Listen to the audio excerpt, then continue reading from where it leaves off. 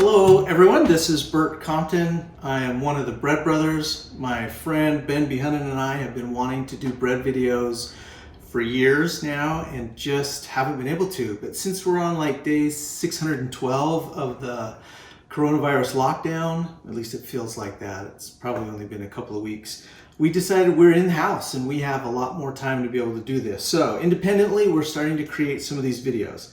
Today I'm going to make a very simple banana bread. The reason being, I have some brown bananas that need to be squished up and used up because no one will eat them like that.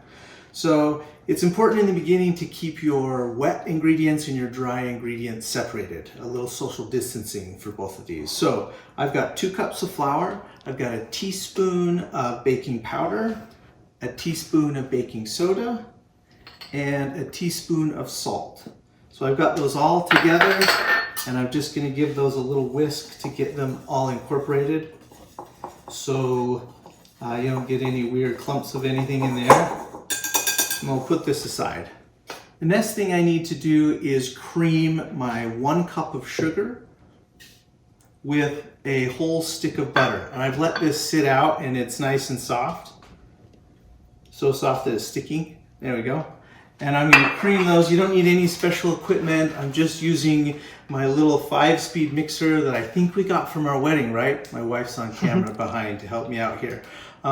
We've had it forever. It's not amazing, but it'll do the job. So I'm just going to cream my butter and sugar together. Okay, and now that I've creamed the butter and sugar together, I'm going to add my 2 eggs one at a time and get them fully incorporated. Get that in there.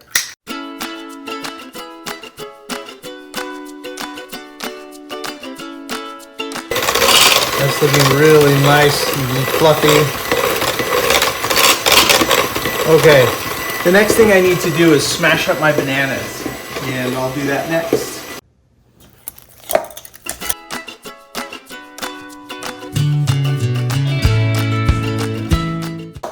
So these are all smashed up. I've used my potato ricer. It has 2 levels of mashiness to be able to do this. You can just use a fork. This is just a little bit faster. So now that these are all mashed up, I'm adding a tablespoon of milk to it, just to add a little bit more liquid. I'm going to mix that around and then I'll add it to my other wet ingredients. Just going to get these all the wet incorporated together. All right, I have all the wet incorporated together now. I'm going to add my dry ingredients to it. And it's important not to overmix this, just enough to get the flour incorporated. I could use a full-size pan. This will make 1 loaf, but I'm choosing to split it up into smaller loaf pans that I've already sprayed with cooking spray. And I'm going to put some small pieces of parchment paper down on the bottom just to avoid any incidents of sticking.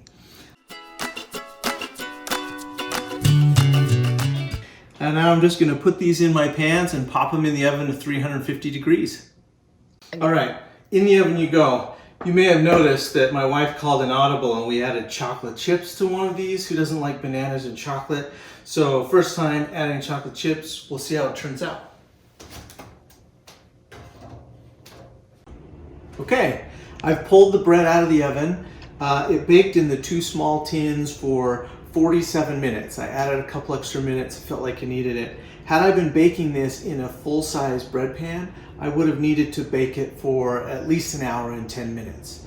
You know, stick a toothpick in it and see if it comes out clean, similar to what you would do for a cake. It cooled in the pans for 15 minutes, and then I removed them from the pans and let them cool on the cooling rack. Now, my family likes the butter to melt right into it, so it's still just a little bit warm to the touch, but we're gonna go ahead and cut into this and see how it came out. Look at that. So nice and moist and spongy. I'm gonna cut myself a slice and see. A little bit of the banana nuts, not too banana-y. I don't like it too banana-y. If you really like the banana, add 4 bananas. This is perfect. My wife wanted you to see what her amazing suggestion to put the chocolate on the inside, so let me cut that right now. and show you here. Let's give that a taste. Oh yeah, that's even better than the first one. Don't forget to like, share, and subscribe. Ciao.